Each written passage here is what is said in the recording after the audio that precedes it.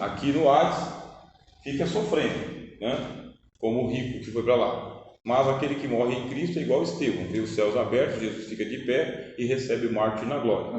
Eu só fiz a pergunta porque, assim, a gente sempre conheceu aquela tese, né, de existir o primeiro céu, o segundo céu. O primeiro céu a gente vê que é esse atmosférico. Isso. Atmosférico. Segundo céu. Do céu dos santos.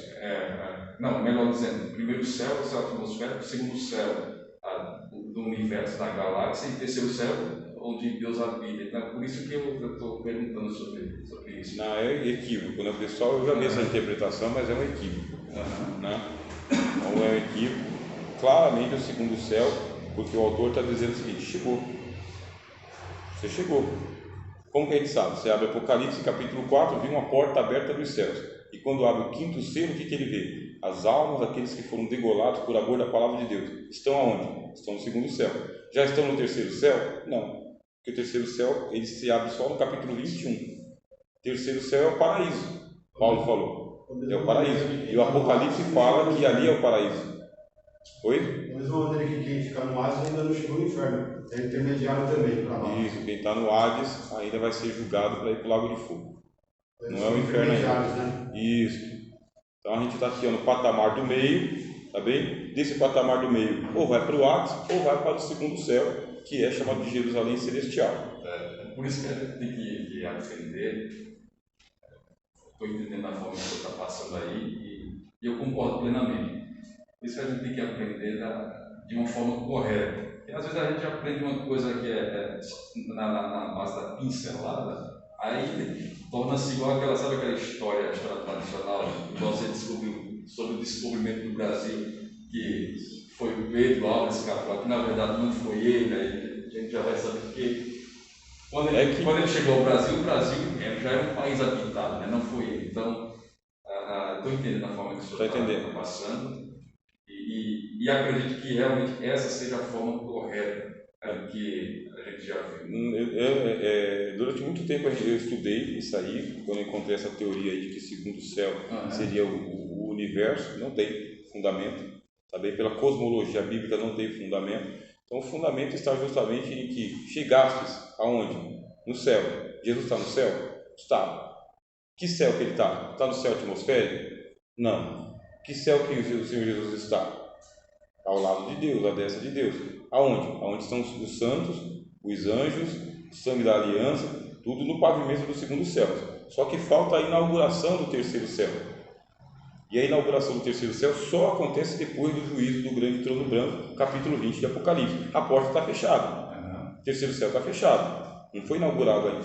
Por isso quando que vai nova, né? Isto, porque tem que descer. A gente vai ver agora ela descendo. E é a igreja, tá bem, meus irmãos? É o terceiro grau da igreja, terceiro nível da igreja, terceiro andar da igreja, terceira fase da igreja. A primeira fase é essa aqui, ó, né? Choro e dor, morte e sofrimento, né? Perseguição e injustiça. A primeira fase. Segunda fase, espírito dos justos aperfeiçoados. Bem-aventurado e santo aquele que morre no Senhor, e as suas obras o seguem, e sobre ele não tem poder a segunda morte, mas participarão da primeira ressurreição. Não é o que a Bíblia diz? Segundo o céu. Mas e aí? E o paraíso, onde fica? Já vai imediatamente? O Apocalipse diz que não.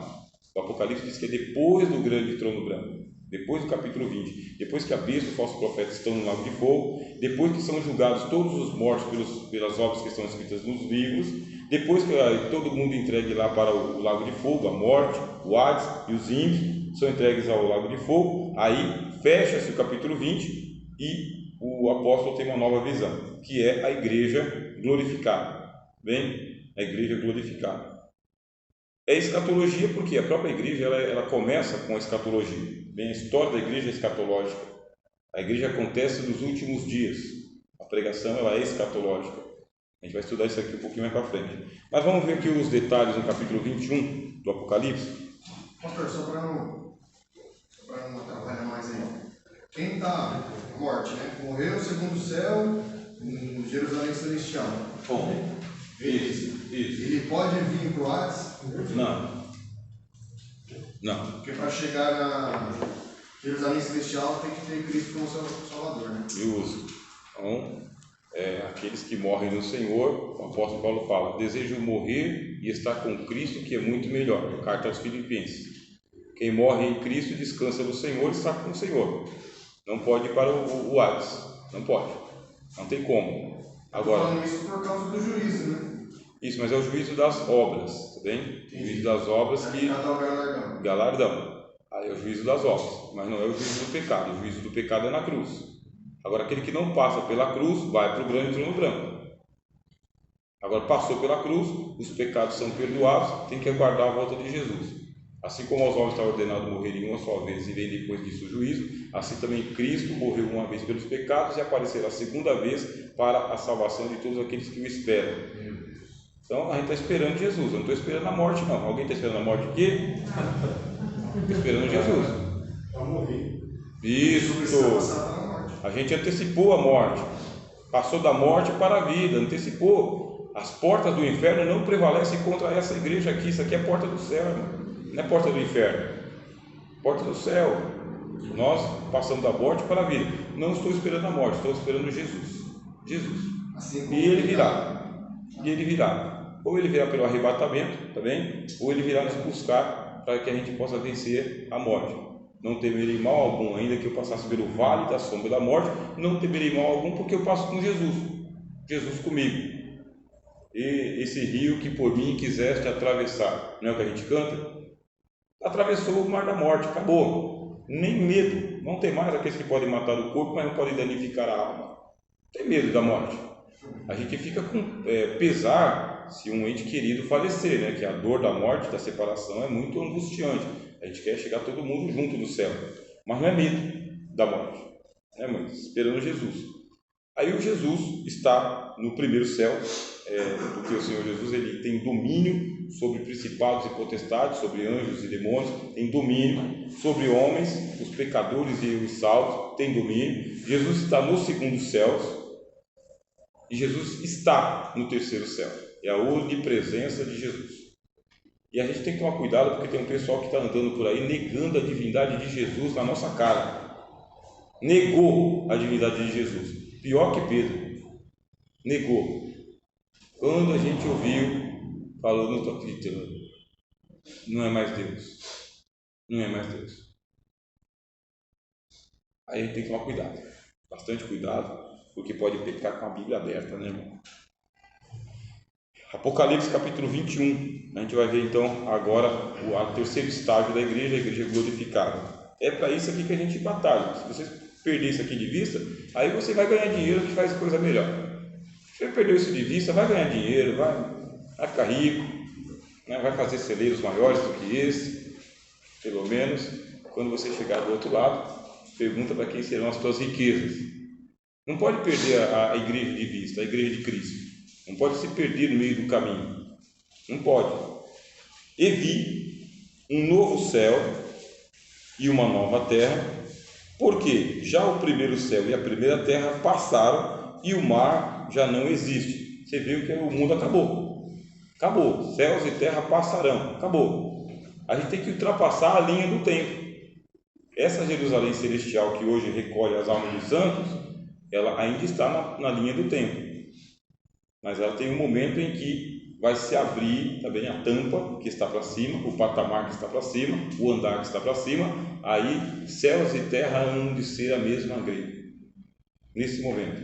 Mas aí é chamado de um novo céu e uma nova terra. E eu, João, vi quem? A santa cidade. Viu a igreja? De novo? Porque a igreja não pode ser cidade santa num texto e no outro texto ela não ser mais. Se existe uma cidade santa num texto, eu tenho que andar pela Bíblia inteira, com a Bíblia aberta também, para descobrir que cidade santa que é essa. Se Paulo chama de cidade santa, se Jesus chama de cidade santa, por que eu vou dizer que não é cidade santa? Eu vi a santa cidade. Qual que é o nome da santa cidade? Nova Jerusalém. Não é chamada de Jerusalém celestial. É chamada de Nova Jerusalém porque o céu é novo e a terra é nova. É a terceira fase da igreja. Porque aqui, nessa fase aqui, não tem da onde você é? Ah, eu sou judeu, eu sou grego, eu sou brasileiro, eu sou alemão. Acabou isso aqui, eu sou macho, eu sou fêmea, não tem mais isso. Eu sou negro, eu sou branco, não tem mais isso. É por isso que fala aqui anteriormente que o mar já não existe, simbolizando essa... Não tem mais separação. Não, assim, povos, nações, então... Não tem mais essa distinção. Não tem. Essa distinção ainda ela está quem são esses e de onde vieram? Esses são os que vieram de grande tribulação, lavaram suas vestes no sangue do Cordeiro, homens de todos os povos, tribos, línguas e nações. Até ali, da onde você veio? Vim do Brasil, da Itália, dos Estados Unidos, eu vim da Etiópia, da Somália, até ali. Espírito dos justos aperfeiçoados. Agora, quando vem para Nova Jerusalém, serão como os anjos de Deus, filhos da ressurreição. Filhos da ressurreição, nem macho nem fêmea, nem branco nem negro, nem alto nem baixo. Acabou, é uma nova vida, é uma nova Jerusalém. E diz assim, que de Deus descia do céu. Olha que negócio altíssimo. Quer dizer, a Jerusalém não é acima de Deus, desce de Deus essa nova Jerusalém. Essa igreja desce de Deus, essa igreja. Olha que negócio maravilhoso. Paulo fala sobre esse casamento aqui, a gente vai ver o texto, tá bem? Hoje a gente vai se aplicar só a isso, para a gente ficar com uma aula boa, para terminar. Que de Deus descia do céu. Você vê que o autor dos Hebreus fala, Deus não se envergonha de se chamar o nosso Deus, porque nos preparou cidade. Deus nos preparou cidade. O apóstolo Paulo fala na segunda carta aos Coríntios, capítulo 5, Paulo fala, se o nosso tabernáculo terrestre se desfizer, temos de Deus um edifício nos céus, não feito por mãos. Olha que negócio lindo. Você troca o barraquinho, que é o seu corpo, por um edifício, meus irmãos. Paulo fala, isso aqui é uma tenda, é um tabernáculo, é uma barraca de feira. Tabernáculo é isso aqui, é uma tenda. Aí você desfaz o seu tabernáculo de carne e osso, porque carne e sangue não herdam o reino de Deus, e para onde você vai? Temos de Deus um edifício, não feito por mãos, porque esse corpo foi feito por mãos, né? Façamos o homem a nossa imagem e semelhança, feito pelas mãos de Deus. Não, lá não feito por mãos, eterno nos céus, já está nos céus, a casa já está nos céus. O que é essa casa? Paulo fala, qual casa somos? Nós. Aí você está pensando, eu estou pensando numa rua de ouro, um templo, pedras, não sei o que. Vai muito além, porque você vai ser templo para a morada do Senhor. Deus não mora em pedra, Deus não mora em ouro, Deus não mora em prata, Deus não mora em coisas. Deus mora em quem? Gente. Só tem gente, só tem gente. A igreja é gente, pessoas, homens e mulheres que foram comprados pelo sangue de Jesus. Graças te damos porque foste morto e com o teu sangue comprastes paredes para o céu. Piso para o céu, não. Lajota, não. Comprastes homens e mulheres de todos os povos, línguas e nações. Gente comprada, é gente, mano. O céu é apinhado de gente. Pai do Senhor, pensa num lugar apinhado de gente. Pensa num lugar. Todo mundo sem máscara no céu. Vacinado. Nada lá. Fala, meu irmão. Vacinado. Pegar esse entendimento sobre Nova Jerusalém, Jerusalém Celestial, a gente para pensar e refletir, no nosso dia a dia aqui na Terra. Como o senhor falou, a gente está numa posição hoje intermediária. Nós temos decisões nos dias da nossa vida de ir para um patamar acima ou abaixo. Muito abaixo. E que bom seria que a grande maioria da população tivesse esse entendimento e cresce, obviamente, Acho que as pessoas seriam menos egoístas em relação a algumas coisas, de aquisição de coisas materiais, a gente vê essa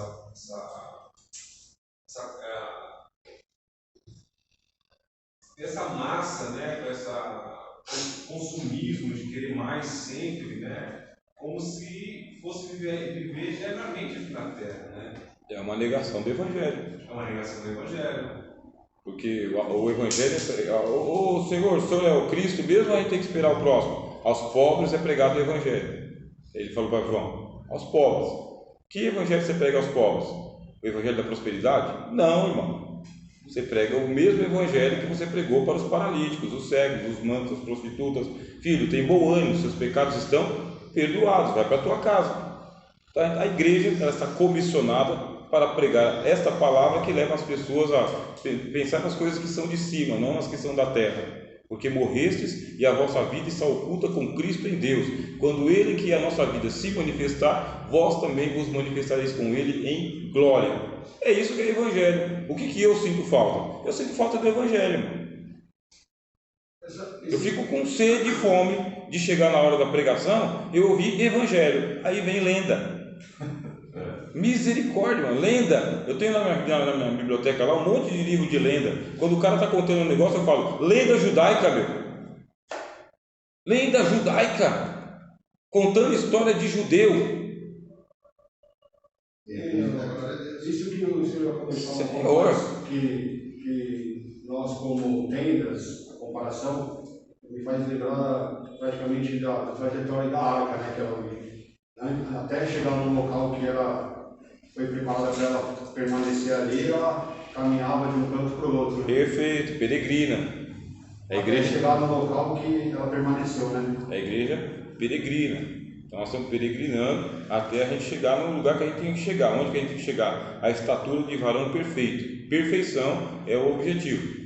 Todo homem perfeito em Cristo. A igreja é para isso, é para aperfeiçoar. Por isso a gente tem que rever sempre os temas da pregação, tema de congresso, tema de louvor, tema de oração, tema de estudos. Tem que falar da igreja dos céus, a morada eterna. Por quê? Nós pregamos não por fé, mas não por vista, mas por fé. Não fixando os olhos nas coisas que se veem, mas nas que não se veem, porque as que se veem são temporais e as que não se veem são eternas. É isso que eu tenho vontade, por causa que tem tanta doutrina que eleva a espiritualidade, a vontade de ir embora para casa, e o pessoal não enxerga. Passa muito tempo e você fala, até que enfim alguém trouxe uma gota d'água aqui para a gente poder experimentar o Evangelho, mas está difícil. Professor Rogério, na verdade o apóstolo Paulo até reforça, que mantendo esse foco, onde ele reforça ali, o que nos afastará do amor de Deus. Isso. Quem está com esse foco mantido, ele não vai. Não se perde. Ele não se perde. Não é que a gente... por nada. Não é que a gente vai deixar de falar, por exemplo, sobre saúde, emprego, casa, família, comportamento, ética, vamos falar, mas a gente não vai dominar o assunto o tempo todo, só isso.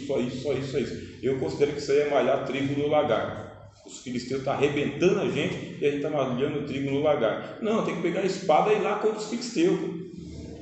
Perder muito tempo. Sempre que eu tenho a oportunidade, pastor, eu estou em alguma reunião, alguma coisa do tipo, eu sempre falo isso. Claro, com outras palavras, né? Porque a minha indignação não é nem se alguém não trouxe a água viva que a gente está falando aqui agora. Eu vejo um problema muito grande, eu vejo o inimigo trabalhar muito nisso. Eu falo isso com respeito, claro. É os louvores. Hoje a gente vai para um culto, a gente vai para um show gospel. A gente não vai para um culto. A minha maneira de ver, eu estou falando culto Assembleia de Deus, porque eu não vou em outra. Entendeu? Eu vejo 3 louvores da harpa, eu vejo um monte de louvor. Quando chama, não sei se a esposa do senhor vai, mas se for, vamos dar a oportunidade para a esposa, porque a esposa vai louvar. Matou o guarda com essa história. Performance. E é por aí que vai. Aí a pregação maravilhosa. Vamos para encerrar, vamos louvar. O pessoal gosta da música. Agora já louvou, vamos louvar para aceitar Cristo. Agora já aceitou a Cristo, louva porque aceitou a Cristo. Agora vamos louvar para ir embora, louva para a bênção apostólica. Precisa de uma reforma. E essa reforma tem que ser feita por nós, com a Bíblia aberta. O tempo é curto, abre a Bíblia, porque chegará tempo em que não suportarão a sã doutrina. A Bíblia diz, não suportarão, chegará tempo em que não suportarão a sã doutrina, antes tendo comichão dos ouvidos, amontoarão em volta de si doutores segundo as suas próprias concupiscências. É ou não é? Ou a gente vai desmentir o apóstolo Paulo? Não, no original não está assim. Quando o cara fala um negócio desse, eu já fico em pânico, dá vontade de levantar e ir embora. O original não está assim. Aí, lógico, né? Eu vou no original. Vai procurar E aí eu vejo o que está no original, está assim sim. Está assim, no original. Eu posso olhar. Alguém errou. Na verdade, a gente falando dia do Evangelho, eu gosto muito, os irmãos devem ter lido, o pastor deve ter lido, claro, aquele livro Heróis da Fé, que é uma obra de Orlando Boyer, né? Sim, li ele 2 vezes. Mais de 2 vezes. Então, eu acho muito interessante a história de Jonah Edwards. Jonah Edwards tem um sermão dele, a história vai dizer que enquanto ele estava lendo, né, com o rosto plantado na Bíblia, os olhos fitados, ele nem viu o que estava acontecendo ao redor dele, na frente dele, porque a Bíblia tapava a visão dele, ele estava muito perto lendo. E o interessante é que ele estava lendo apenas a palavra pura, como ela deve ser pregada. Enquanto isso estava acontecendo, pessoas desmaiando, pessoas se convertendo, e o tema da mensagem dele foi pecadores nas mãos de um Deus irado.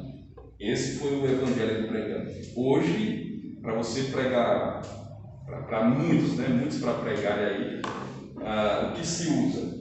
E olha que ele pregou foi a palavra seca, a palavra pura. Hoje tem que se usar o quê? O fundo musical, né, para massagear o ego ali, para acalmar os ânimos. É um fundo musical. A gente está viciado em cibalena, né?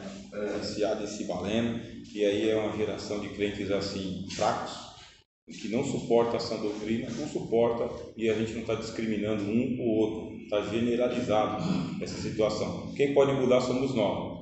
Quando tiver aquela oportunidade de meia hora, vai lá e faz aquela oração de ouro e fala: Senhor, é a primeira e última pregação, senta a lenha, não nas pessoas, mas prega a palavra a tempo e fora de tempo, não nas pessoas. A gente não prega para plateias definidas, tá? Eu vou arrebentar essa irmã aqui porque eu tenho uma coisa contra ele. A igreja não é para isso, não é para deflagrar guerra contra ninguém, é para pregar a palavra. Vamos ver se a gente avança um pouquinho aqui, daqui a pouco eu abro para os irmãos. Se fala de adultério, mas não se fala de repúdio.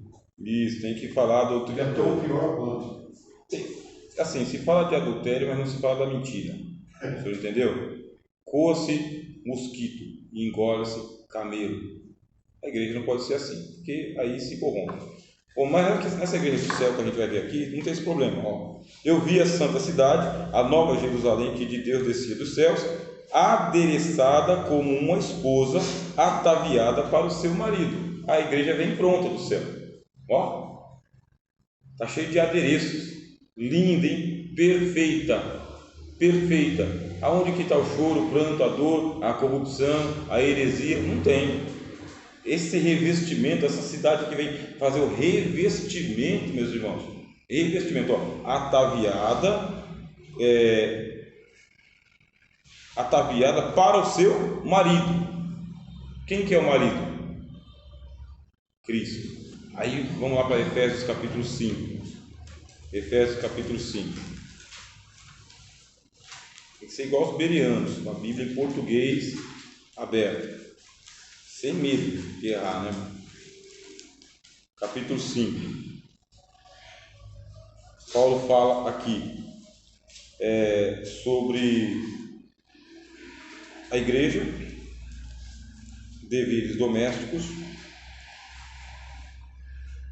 marido, ninguém nunca aborrece, somos membros, deixará. Versículo 32. Vamos aqui, versículo 31 e o 32, tá bem? Efésios capítulo 5, 31 e 32. Estamos falando da união mística entre Jesus e a igreja, tá? A igreja mística, a igreja misteriosa, guardiã dos mistérios de Deus. Por isso deixará o homem, seu pai e a sua mãe, se unirá à sua mulher e serão dois numa carne. Aí Paulo fala do versículo 32. Grande é esse mistério, grande. Paulo exagera. Grande é o que? Este mistério. Que mistério?